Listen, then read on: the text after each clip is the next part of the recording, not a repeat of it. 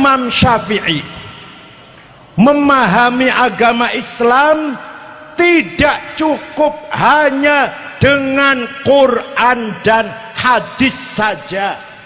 Ayo, kata Imam Syafi'i, kalau kita ingin paham Islam tidak cukup hanya dengan. Kenapa?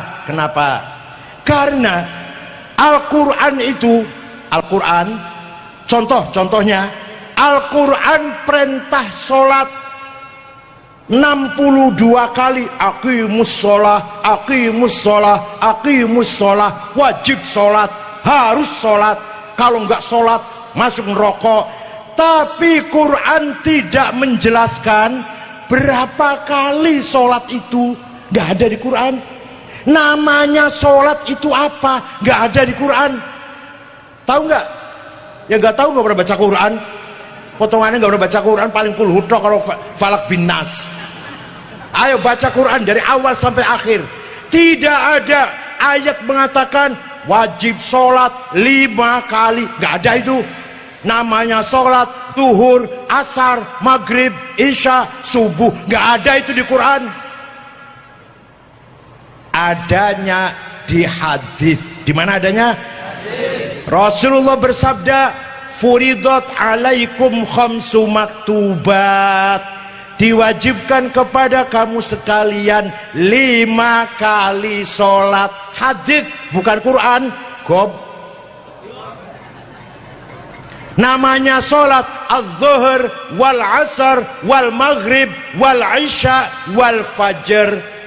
Namanya sholat zuhur, asar, maghrib, isya, fajar. Quran apa hadis? Quran nggak ada. Perintah sholat berkali-kali, 62 kali, tapi Quran tidak menjelaskan 5 kali sholat, nggak ada. Namanya zuhur, asar, maghrib, isya, subuh, nggak ada di Quran. Jadi kalau ada orang hanya dengan Quran nggak ngerti sholat itu berapa kali, sholat namanya apa nggak tahu kalau hanya Quran. Nah, dengan hadis baru tahu, oh sholat itu wajib ping 5, namanya zuhur, asar, maghrib, isya. Dah. Sekarang prakteknya sholat yang kita lakukan itu loh, gini-gini, Allahu Akbar, gini. Dari mana itu? Dari hadis? Bukan. Dari kesepakatannya ulama. Bahasa Arabnya apa? Ijma, konsensus. Ulama sepakat, ulama 4 kok. Imam Hanafi, Imam Malik, Imam Syafi'i, Imam Hambali sepakat sholat kaya ngene iki prakteknya. Imam Syafi'i dari mana itu? Bukan dari dia sendiri, dari gurunya Imam Malik. Imam Malik dari mana? Dari gurunya Imam Robi'ah. Imam Robi'ah dari mana? Dari gurunya Imam Khorijah. Imam Khorijah dari mana? Dari bapaknya sahabat Zaid bin Thabit. Sahabat Zaid dari Rasulullah SAW. Jadi meraktekkan sholat, kalau hanya baca Quran dan hadis, potong leher saya kalau bisa. Ada orang belum pernah sholat dan gak pernah lihat orang sholat, ingin bisa sholat, hanya memahami Quran dan hadis, potong leher saya, tusuk perut saya kalau bisa. Nggak akan bisa. Ayo, sampean sholat dari mana? Dari bapak kan? Dari orang tua. Orang tuanya dari gurunya, dari gurunya, dari gurunya, dari gurunya. Paham betul? Kita sholat tubuh dari ayah saya bisa sholat. Dari ayah saya dari ayahnya, dari gurunya, sampai Rasulullah SAW. Prakteknya tuh loh, ngene-ngene, ruku, sujud, sedekap, salam. Itu mempraktekkan sholat, bukan dari Quran, bukan dari hadis, dari ijma'ul ulama. Ayo. Ijma'ul ulama. Dah, maka kalau nggak ada ijma', kita nggak bisa sholat. Dah, sekarang kias analogi, ada 9 macam. Kias aulawi, burhani, mantiki, istiqra'i, tamthili, ikna'i, syi'ri, khitobi. Walah, paham ora iki? biasa ngajine mek wajibe adus iltiqaul khitanan wa illam yunzila, wajib adus nalikane ketemu dua sunatan walaupun orang muncrat, ngajine bola balik kutok. Kias, contoh kias aulawi. Kias apa? Contohnya nih, Quran melarang kita bentak-bentak ayah dan ibu. Wala taqul lahuma uffi wala tanharhuma. Kamu jangan bentak-bentak, jangan ngomong kasar kepada ayah dan ibu, dosa besar. Kalau nempeleng, dosa enggak? Enggak, jangan ketawa, serius. Kalau kamu nempeleng ayah ibu, dosa enggak? Dasarnya mana? Qurannya enggak ada. Enggak ada Qurannya. Enggak, ayo dasar hukumnya apa? Di Qurannya tidak ada jangan nempeleng ayah ibu, enggak ada. Harus pakai kias. Namanya kias. Sudah lali, masya Allah, udah lupa. Namanya kias aulawi. Kias apa? Aulawi. Kalau bentak saja dosa, kalau ngomong kasar saja haram, lebih-lebih nempeleng. Itu kata-kata lebih-lebih namanya kias. Kias apa? Alhamdulillah paham. Sarapannya ganti telur, madu, susu, roti. Sarapannya segabat mau bengi. Les. Ganja, heroin, ekstasi, sabu-sabu, kokain, halal nopo haram? Apa dasarnya? Ning Quran ono ganja haram, wonten ning Quran. Heroin haram, ada di hadis. Ekstasi haram, wonten teng hadis. Kalau kita bisa mengatakan haram, apa dasarnya? Kias. Dikiaskan kepada khomer. Ini barang memabokkan. Kalau memabokkan berarti podo karo khomer. Di Quran ada hukumnya, maka ini barang haram. Hadza muskir wa kullu muskirin khamrun wal khamru haramun fahadza haram. Namanya kias burhani. Kias apa? Burhani. Dah dua aja lah. Kias ada 9, dua saja blenger wis. Jadi tanpa kias kita bisa tahu nggak hukumnya nempeleng orang tua? Nggak tahu dasar hukumnya. Ya pasti nggak boleh, pasti. Orang tua tempeleng boleh nggak? Ya nggak boleh, jelas. Ayo hukumnya, dasarnya. Ganja yakin haram. Ayo dasarnya. Open hadis ono, open Quran ono. Ganja haram. Ada di Quran. Kias. Jadi kalau ada orang nggak mau pakai kias, ya setengah pinter. Pinternya setengah. Ono wong pidato khutbah, kita tidak usah ikut Syafi'i, cukup Quran dan hadis saja. Wonten mboten ngomong kanten nang Lampung wonten? Ada? Enggak diturunkan? Goblok sampean. Penakut banget sampean. Turunkan orang pidato kayak gitu. Kalau ada khutbah pidato, turunkan dari mimbar. Merusak Islam itu kalau orang ngomong kayak gitu. Cukup dengan Quran dan hadis. Sini saya tanya. Hadis yang paling hebat hadisnya siapa? Imam Bukhari.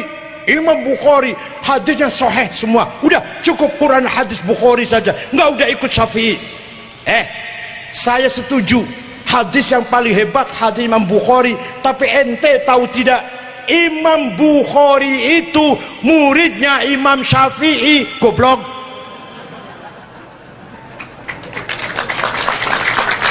Imam Syafi'i wafat tahun 204, Imam Bukhari wafat tahun 256.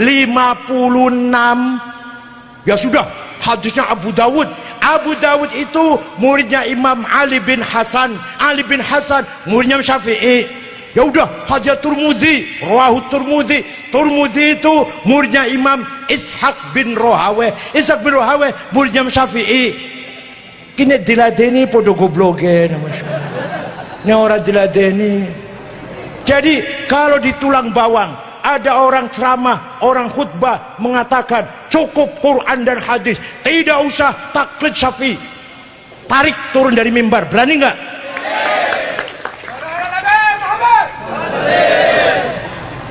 Yes. Alhamdulillah paham.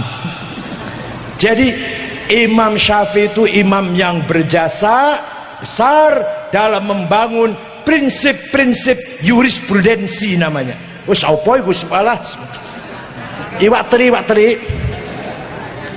pun ada lagi imam yang berjasa besar dalam masalah akidah. Siapa?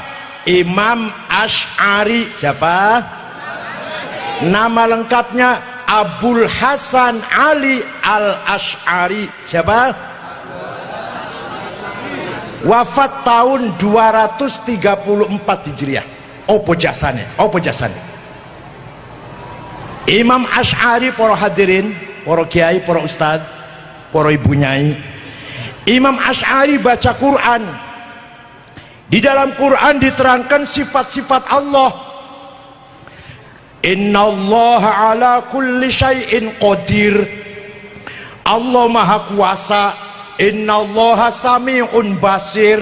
Allah mendengar, melihat. Innallaha latifun khabir. Innallaha azizun ghafur, rahmanun rahim. Ngoten mboten? Di Quran itu enggak?